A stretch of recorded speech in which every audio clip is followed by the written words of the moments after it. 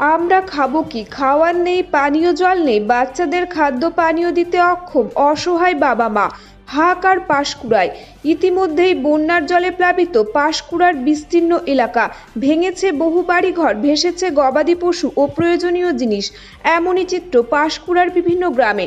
ইতিমধ্যে এনডিআরএফের দুটি টিম উদ্ধার কার্যে লেগেছে। জেলা পুলিশ সুপার, জেলা শাসক দফায় দফায় ঘুরছেন বিভিন্ন এলাকা।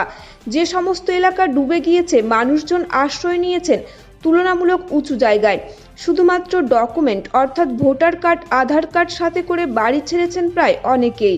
আবার অনেকে সেইটুকু আনতেও সময় পাননি। জল ঢোকার 10 ঘন্টা অতিক্রান্ত হয়েছে। সঙ্গে আছে না কোনো খাওয়ার, না পানীয় জল। বাচ্চাদের খাওয়ার এমনকি তৃষ্ণা নিবারণের পানীয় জলটুকু তুলে দিতে পারছেন না অসহায় বাবা মা। স্থানীয় বাসিন্দারা বলছেন, ভোটের সময় নেতাদের দেখা মেলে, কিন্তু এখনো অবধি কোনো নেতা এসে পৌঁছাননি এলাকায়। এমনকি প্রশাসনের তরফ থেকেও কোনো সাহায্য মেলেনি। তারা চাইছেন অন্তত প্রশাসন এসে খাবার জল এবং ক্ষুধা নিবৃত্তির সামান্য কিছু খাবার তাদের হাতে তুলে দিক।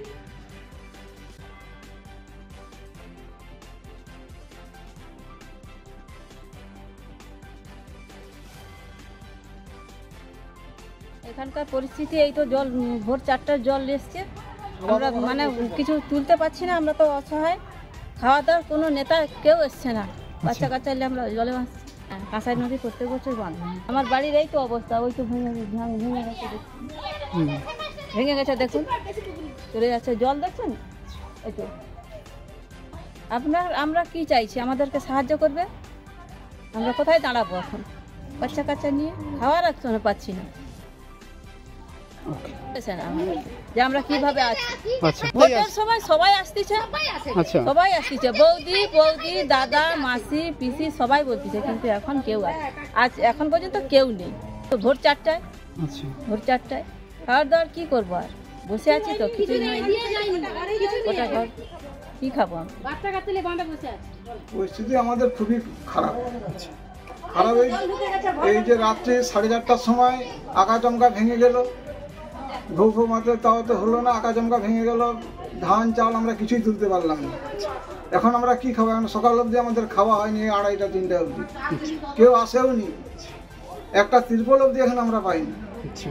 বাঁধে বাল বাচ্চা নিয়ে আমরা সব বাঁধে ভোটের সময় সবাই চলে আসবো। প্রত্যেক জায়গাটা অনেকদিন পরে প্রথম ভাঙলো। হ্যাঁ, ভাঙে অন্য পাশের গ্রামে ভেঙে যায়, কিন্তু আমাদের সোজা প্রথম বাঁধ ঠিক মতো মজবুতি হচ্ছে না। ওই জন্য বাঁধটা ভেঙে গেল। ঠিক মতো লক্ষ্য নজর করছে না। এখন ইরিগেশন ধরতো, এখন ইরিগেশনের বাঁধ মানে ইরিগেশন আমাদের পৌরসভা এরিয়া। এটা যেমন ভালো পাকা পুক্তা হয় বাঁধ, এরকম যেমন আমরা যেমন মানে দুর্ভোগে পড়ি, বুঝতে পারছি। আমার নাম সুনীল দাস। 3 দিন মানে বন্যা হয়েছে, বাঁধ ঘোগ পড়তিছে, মানে হচ্ছে পার্টির লোক কোনো গ্রাহ্য করেনি, ঠিক আছে। এখানে গ্রামবাসীরা সবাই যেয়ে হচ্ছে ঘোগ বাঁধতিছে রাত্রি, সারা রাত্রি জেগে, কিন্তু 3টে 3:30টার দিকে এমন মানে বন্যা হয়েছে, বাঁধ ভেঙে এখানে বস্তা ফস্তা কোনো কিছুই আসেনি। সকাল দিয়ে এখনও বাচ্চা কাচ্চালে বাঁধে যে বসেই আছি, আমাদের বাচ্চা কাচ্চার জন্য একটা কোনো খাবারও কিছু আসেনি, কোনো কিছু এখনও সাহায্য করেনি, আসেওনি এখানে বাড়িতে কেউ আর কি দেখতে। এবার সেখানে কি বলবো, আমরা এখানে মানুষ বাঁচবো না মারবো? যে বাচ্চা কাচ্চা নিয়ে বাঁধের উপরে বসে আছি, জল ভেঙে ঘর দর ভেঙে সব একসা হয়ে গেছে। এক ছাতি করে জল যতগুলো পেরেছি বার করেছি বাঁধে, যতগুলো বাড়িনি ভিতরেই ভাঙা হয়ে পড়েছে। এখনও বাড়িতে মানে শুধু স্বাভাবিক রেশন কার্ড, আধার কার্ড ওইগুলো নিয়ে বাঁধে উঠেছি। এবার স্বাভাবিক যে বাড়িতে যা কিছু ব্যবহার হয় সেইগুলো কিছুই বাড়ির মধ্যেই রয়েছে, কিছু বাড়ি থেকে নিয়ে যেতেই পারি না। আগে বাচ্চা কাচ্চাদেরকে নিয়ে বাঁধে উঠতে পারবো না? আগে কি জিনিস ফিনিস নিয়ে বাঁধে উঠতে পারবো? আমরা চাইছি যে আমাদের হচ্ছে সুবিধা হোক একটু। কী করবো, আমাদের ঘর বাড়ি এরকম হয়েছে, আমাদেরকে তো আগে বাঁচতে হবে। আমরা চাইছি যে আমাদের বাচ্চা কাচ্চা নিয়ে থাকতে পারি, যেন কিছু যেন একটা সাহায্য পাই, কিছু খেতে পাই, এরকম একটা। তো আপাতত এখন মানুষ তো বাঁচতেই হবে, কিছু খেয়ে মেখে, সেই জিনিসটা এখন অবধি আসেইনি আমাদের, কোনো কিছুই আসেইনি আমাদের, দেখতেও আসেনি। কি বলবো আর এখানে এইরকম হচ্ছে, মানে ঘর বাড়ি কী হচ্ছে দেখতেই তো পাচ্ছেন, আপনারা ভিডিও করছেন, ফোনে ছাড়বেন, টিভিতে ছাড়বেন, দেখতেই পাবো। আর কি বলবো, ঝর্ণা রুই দাস।